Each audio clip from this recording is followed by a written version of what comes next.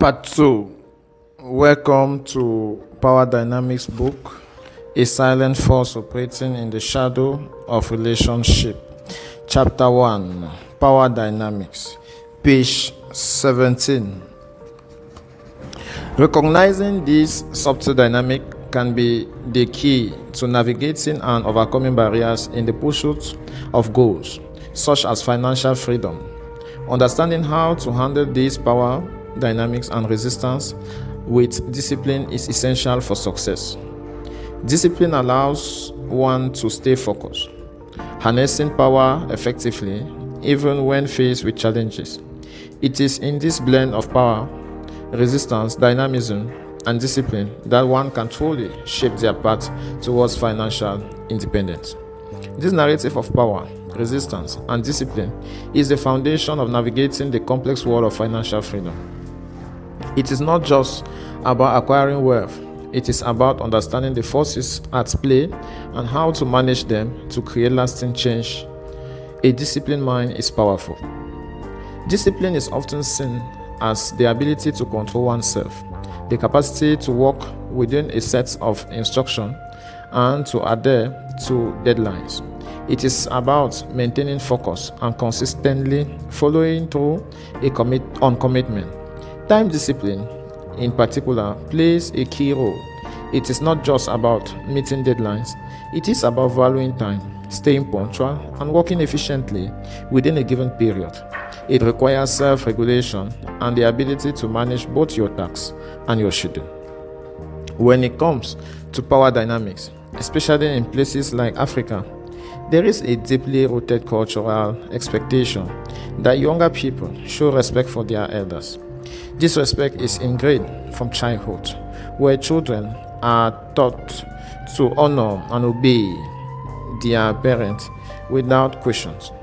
In many ways, these dynamics shape relationship, often creating an environment where the authority of the elder goes unchallenged. The power imbalance is clear. Young people are expected to show deference, and the concept of questioning or challenging authority is not always welcome. This traditional plays a significant role in social structure, influencing everything from family dynamics to broader societal norms. The intersection of discipline and power dynamics creates a unique environment where respect for authority and self-control are both highly valued, yet the flexibility to challenge or rethink these values can sometimes be stifled.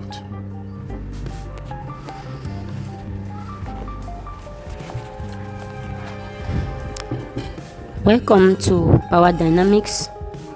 We are on chapter 2, page 19.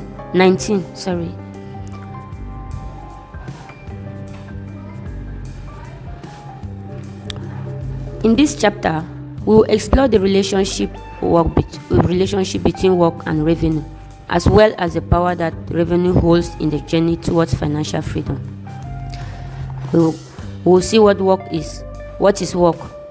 Work is the transfer of energy that occurs when a force is applied to an object, causing it to move in the direction of the force. Beyond its scientific definition, work also refers to any physical, mental, or productive effort undertaken to achieve a goal or earn a livelihood. While work plays a crucial role in generating income, it differs from financial freedom. Work often involves direct effort, whether physical or intellectual, to produce value. Financial freedom, on the other hand, extends beyond immediate labor, encompassing strategic efforts across multiple aspects of life, including physical, mental, and financial planning. Though they are interconnected, financial freedom is about leveraging resources and systems to sustain income with minimal ongoing effort. Understanding revenue. Revenue is the total amount of money generated from the sale of goods or services within a business' primary operations. It is often referred to as the top line because it appears at the top of the income statement, representing the starting point for profitability. Revenue is a powerful force in financial growth because it serves as a reward for the work and strategic effort put into building a business or career. It is not just a measurement of financial success, but also a resource that, when managed wisely, can be reinvested to create wealth and long-term financial stability.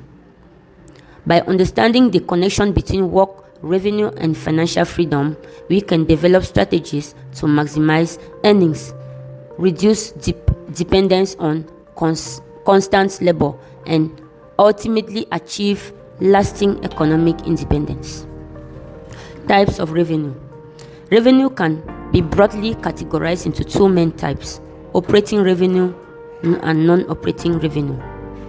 This chapter begins with a thought-provoking encounter that money, someone remarked, "You are running round harassing people for 5,000 francs." It struck me that his interpretation of my request for a commitment fee for fitness activity was a sign of powerlessness. People engaged in menial jobs are often perceived as the most powerless in society. The amount of money people are willing to spend on a product directly influences the level of respect they have for the seller. When people pay low prices, they subconsciously judge the seller's financial status and assume that such individuals lack power or influence. Whether spoken or unspoken, the general belief is that cheap sellers do not command respect. On the other hand, selling the same product at a higher price, especially when well packaged, creates a different perception. A roadside vendor selling 4 bananas for 200 francs often faces haggling from buyers trying to lower the price to 150 francs. Yet, the same quantity of bananas sells for 500 francs in a supermarket without argument. The difference in pricing is not just about packaging, it also reflects the costs associated with running a supermarket, employee wages, rent, and taxes. This scenario highlights power dynamics in revenue generation. The ability to price higher due to structured financial obligations and customer perceptions. The roadside banana seller is often viewed as someone with no alternative income, which is why they must sell at lower prices. Society assumes that if they had other sources of revenue, they wouldn't be spending time pursuing people to buy. Reflecting on my professional journey since 2014, I have personally experienced this perception. For over 11 years, my interaction with friends, family, and customers have been influenced by how much I charge for my services. I have faced mockery, manipulation, and flattery, all rooted in people's assumptions about my financial status. However, when my revenue increased, their perception of my power changed, though they were unaware of the shift. This realization led me to understand a crucial truth. The problem is not how others perceive your power. The problem is how you position yourself. True power comes from financial security and the ability to dictate your own terms. By increasing revenue, one not only secures financial stability but also commands the respect that society often withholds from those perceived as struggling. The lesson is clear. Money influences power, and power shapes perception. Command of power refers to the effort and use of exercise of power. It is the ability to apply or direct power on a purposeful, controlled and strategic manner, while power itself represents potential or capability. The command of power is its actualization, the execution of that potential with competence and strategy. For example, a skilled leader does not merely possess power but also knows how to wield it effectively to inspire a team and achieve organizational goals. True command of power lies not just in having authority, but in using it wisely and strategically to bring about meaningful results. Power and relationship. Having explored the concept of power, we now turn to relationship and their connection to power. A relationship is the way in which people, groups, or entities interact, connect, and associate with one another. Relationship exists in various forms, each with its own dynamics and impact on power structures. Below are the primary types of relationships and their characteristics. The first one, we have personal relationship. Personal relationships are connections between individuals characterized by emotional intimacy, mutual support, and sense of belonging. These relationships vary in depth and complexity and can take different forms. Romantic relationships defined by deep emotional bonds, shared experiences, and personal closeness. Family relationship based on blood, marriage, or adoption, such as parent-child bond. Friendships built on mutual trust, care, and companionship between individuals. Then next we have professional relationships. Professional relationships occurs within a work of business context, where individuals engage based on their roles, responsibilities, and shared objectives. These connections include relationships between colleagues, supervisors, and employees, clients and service providers, and business partners. Effective professional relationships foster collaboration, productivity, and career growth. We have the third, that is social relationship. Social relationships develop in broader community settings and are often shaped by shared experiences, interests, or social interactions. These relationships can be informal and blend elements of both personal and community connections. The fourth, we have interpersonal relationship. This term broadly refers to connections and interactions between individuals. Interpersonal relationships vary significantly in terms of emotional involvement, duration, and depth.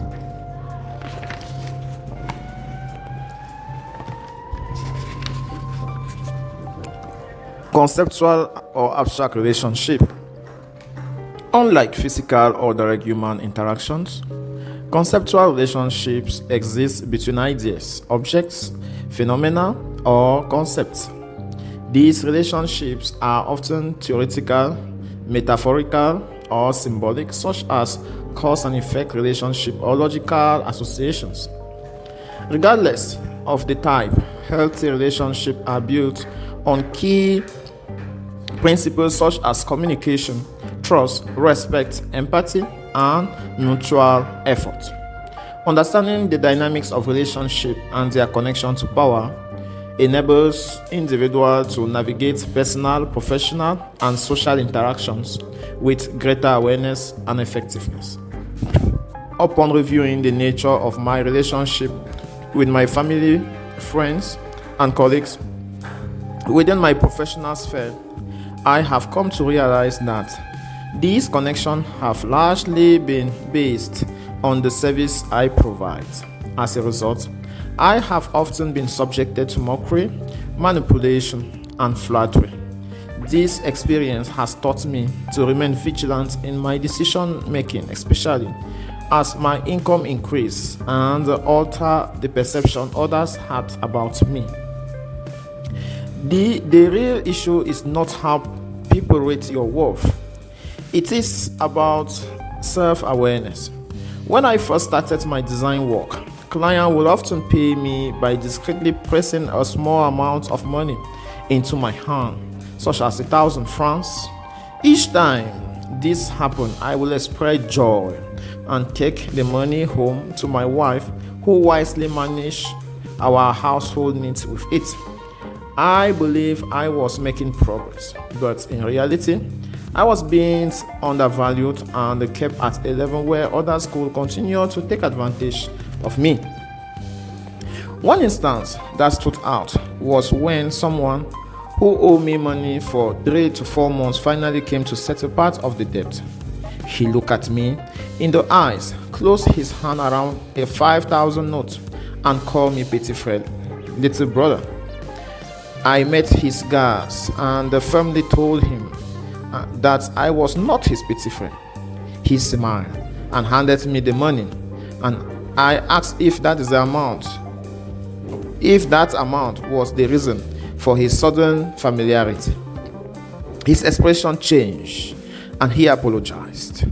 This encounter revealed a form of power play, an attempt to keep me in a subordinate position through language and gesture.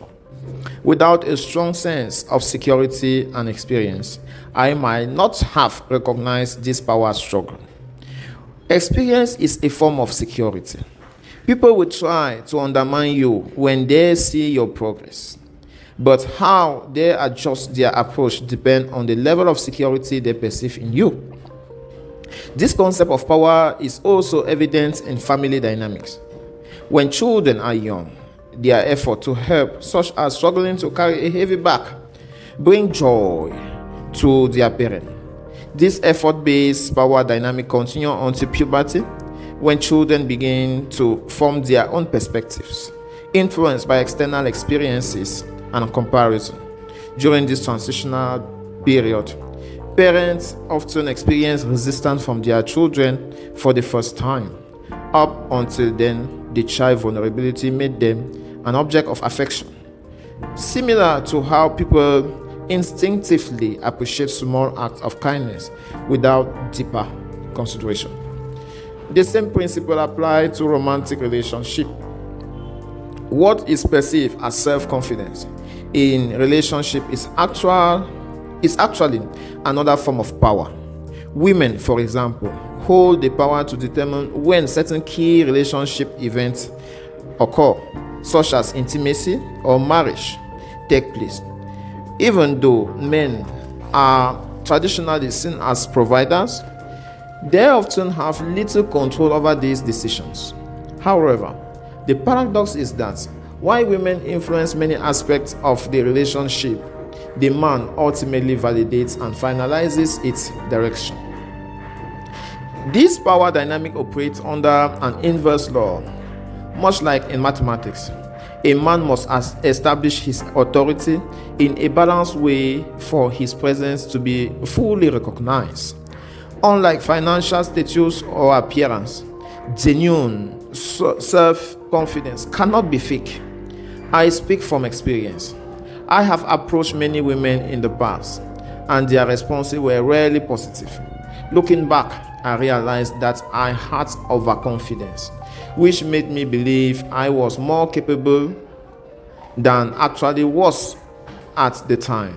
Overconfidence leads people to overestimate their own worth, assuming that everyone should automatically find them attractive or admire them. When expectations are not met, frustration arises. Women too can fall into this trap, believing they are exceptionally beautiful and thus entitled to certain privileges. However, as time passes, they may find themselves settling for partners below their initial expectations. Overconfidence creates a distorted self-perception, leading people to place unrealistic expectations on others rather than engaging with reality. Furthermore, vulnerability itself can be a powerful tool in relationship. A vulnerable partner may appear selfless and devoted, preparing meals, assisting with household tasks, and showing affection. This behavior can build the other partner to any underlying intentions. It is often said that women are the most effective at concealing infidelity because they engage in behavior that softens their partner's suspicions. A man who comes home to a welcoming wife who serves his meal, helps with his shoes, and prepares his bath is less likely to question her actions. Meanwhile, she may continue engaging in secret conversation or relationships while her husband, content and disarmed, remain unaware. This vulnerable power exists in all aspects of life. Those who appear less significant often wield the most influence, both positively and negatively. Recognizing these dynamics is essential in our journey towards financial and personal freedom, as they shape the way we navigate a relationship with business interactions. Welcome to chapter 3 in Power Dynamics. My reality. This chapter opens with a reflection of my life's realities. I come from a polygamous family where my mother was a second wife. Growing up, I hated this fact because attention was difficult to come by. I consistently craved recognition, but in a large family, it was nearly impossible. No matter what I did, my father never seemed impressed, as my older siblings had already set higher standards. This sense of being overshadowed worried me and pushed me to seek challenges, all in a desperate attempt to earn the attention I longed for. The only time I truly shocked my father was when I brought a girl home during my first semester break from the university. Without acknowledging him, I walked straight to my room with her. My father was restless, shocked, and visibly disturbed. My elder brother came, had to alert me to step out before my father collapses. Having lived in town with my uncle, I was already accustomed to bringing girls over, as they would often come to help with house chores. To me, it wasn't a big deal to bring my girlfriend home, even in my father's presence. However, this was the first and only time I felt I had truly challenged him. Before reaching this stage, I had struggled immensely with attracting women. I often felt rejected, as though I was always the second choice, especially when compared to my step-nephew, my step-sister's son. My sister had become pregnant while still in school, and my father disowned her. She was forced to drop out permanently. The child's father, a footballer, took full responsibility and provided for his son, showing him with luxurious toys and clothes, things I had never been privileged to own. Since we were close, I admired everything he had, though I could only experience such fortune vicariously through him. I even borrowed his old clothes to keep up appearances during festive occasions, hoping to catch the attention of the girls in my neighborhood. However, they always seemed to prefer my nephew over me. Rather than breaking me, this experience motivated me to excel academically. While they dominated in fashion, I found my strength in education, and in a way, we complemented each other. In secondary school, I attended school in a neighboring village where I encountered a new reality concerning girls. I was drawn to beautiful girls from as early as from Form 1, but I quickly realized they were mostly interested in top performing students or boys from wealthy families who arrived in luxurious cars and spent lavishly. This was difficult reality to accept. Fortunately, my dedication to academics ensured that I remained among the top 5 students in my class until Form 4. Despite my achievements, the girls I admired never reciprocated my feelings, reinforcing my inner struggle. I battled thoughts of inferiority, even though no one ever explicitly told me I was less than others. It was my own insecurity holding me back. By Form 3, I noticed something surprising. Some of the most beautiful and wealthy students were painfully shy during group presentations. I saw confident-looking boys and girls who couldn't even face their classmates. It made me question my assumptions. If money and looks weren't enough to build confidence, what was? I soon realized that confidence wasn't an inborn trait, but something built through experience and repetition. In Form 4, I finally had my first girlfriend. She was deeply in love with me, and I had never felt so valued before. On Valentine's Day, she proudly gifted me my first brand new pair of shoes, ensuring everyone saw her handing them to me. She was proud to have me as her boyfriend, and this drew the attention of senior students who began questioning what I had done to earn such devotion.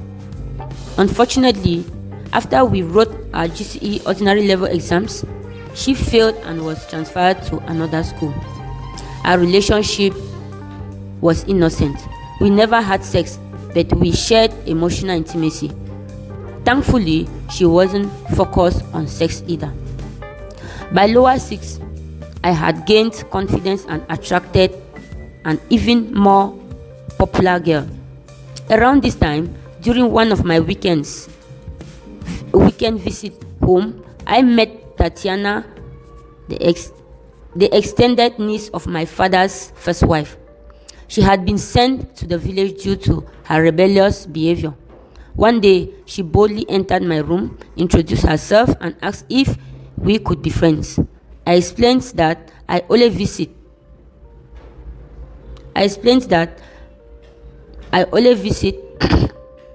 on weekends, but I would visit her over when I was around. She agreed, and the next time I called, she came over. One day, while I was in school, she called and asked me to meet her outside. She had bought snacks and was waiting for me. As soon as I arrived, she kissed me and expected things to escalate to sex. However, I was inexperienced and unsure of what to do. I only managed to touch her, and she pretended to have reached orgasm before abruptly leaving in frustration. My sister told me Tatiana was furious with me for not having sex with her. She couldn't understand why I, out of all the boys interested in her, had refused to take advantage of the opportunity. The relationship ended because she realized I wasn't as sexually active as she was. By opposite, my focus had shifted completely to philosophy. I had begun questioning my identity and my place in this world. I had previously avoided philosophy in lower 6 as my priority was passing my A4 series subjects. However, my living conditions with my uncle were becoming increasingly difficult. He restricted my access to electricity and other basic conveniences. This struggle led me to seek answers in philosophy, which I saw as a means to understand my existence. The first book I ever read was Plato the Republic, marking the beginning of my intellectual journey in search of identity. Through the book I read, I began to understand that existence predates even the birth of Jesus. Before, my mother had only taught me about Jesus, and that was all I knew about history, Moses, Egypt, and so much more. But the book opened my mind to the fact that there were civilizations and lives before Jesus. I realized that Jesus is just one chapter in a much larger story.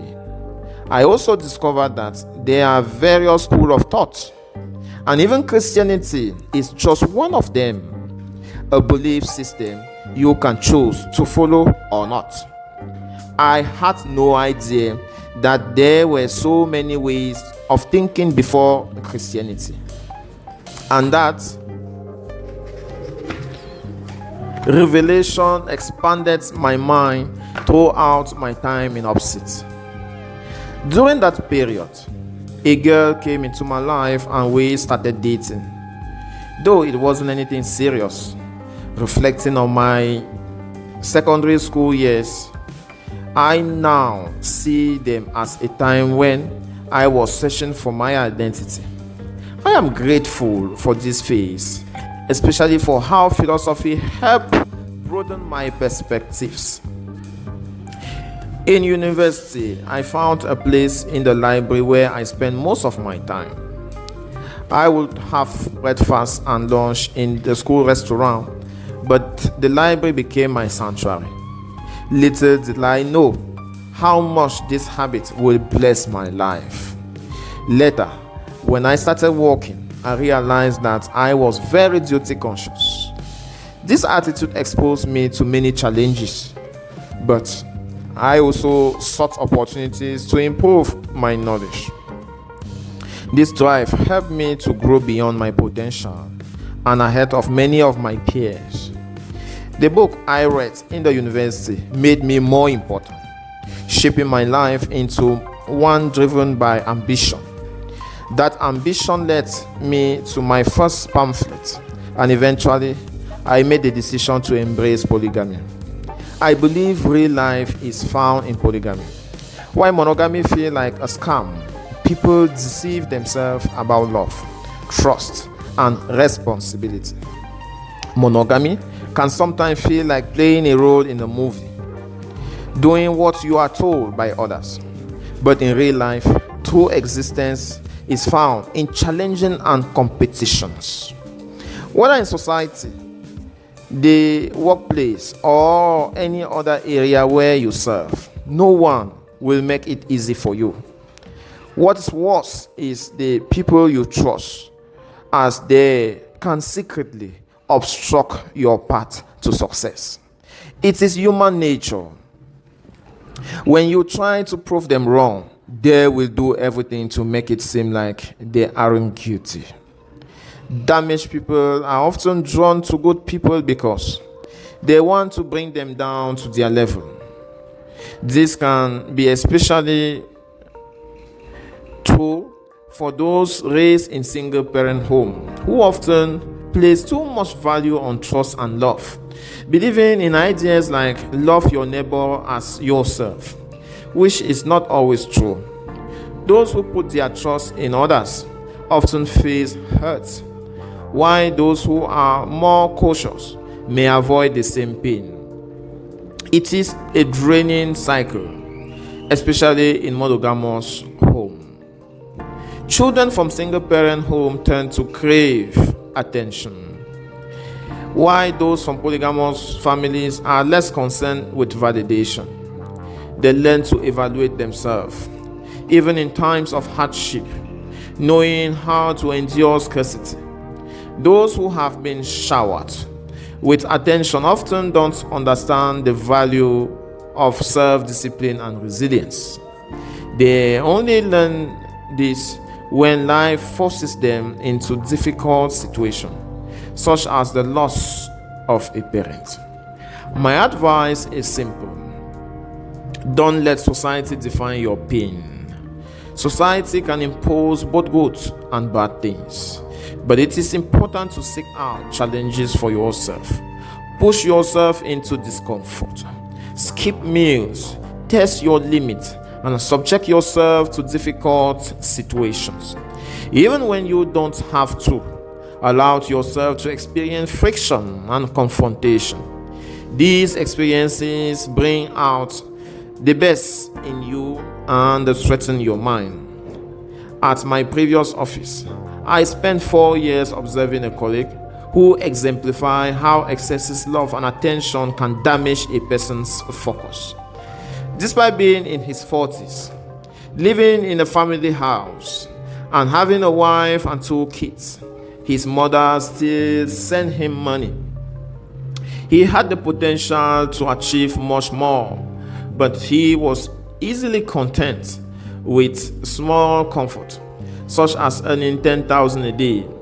That amount felt sufficient to him. He would buy pastries, watch movies with his family, and live a comfortable life. But that's not truly living. We can't become complacent with mediocrity. Ultimately, the most precious thing in life is vision. Some people think they will have a vision for their future tomorrow, but the most rewarding vision is born out of having nothing, yet still pushing forward with purpose. When you have nothing, and yet you believe that one day you will have it all, that is a truly inspiring vision. Unfortunately, when you become successful and people know your vision, many will try to block it. Some may even say they are trying to protect you. In truth, they are often afraid of your success becoming its challenges, their own lack of ambition. I have learned that those who claim to love you may silently work to dim your light. They will try to convince you that they are protecting you, but they are only working against your dreams. This can even happen in marriage, where one partner may use the other to achieve their own goals. For example, my wife enrolled in PhD program in 2018, but has not defended her thesis yet. Had she done so, she could have become a doctor by now. Throughout our relationship, we've discussed how sometimes people use others as stepping stones to achieve their own goals. I know this happens not only in marriage, but in life as a whole. My wife and I have been together for 14 years. Along the way, we have learned about each other's strengths and weakness.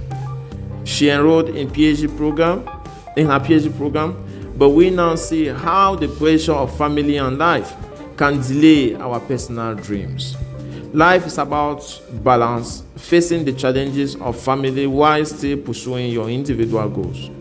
As I reflect on these experiences, I have realized that it is important to trust no one blindly. Even if you are grateful to them, trust that no one will hand you anything for free. And if they do, consider it a bonus. As you achieve more, you may even regret certain decisions, but you must keep moving forward. These lessons have shaped my understanding of life, family, and the importance of self-reliance.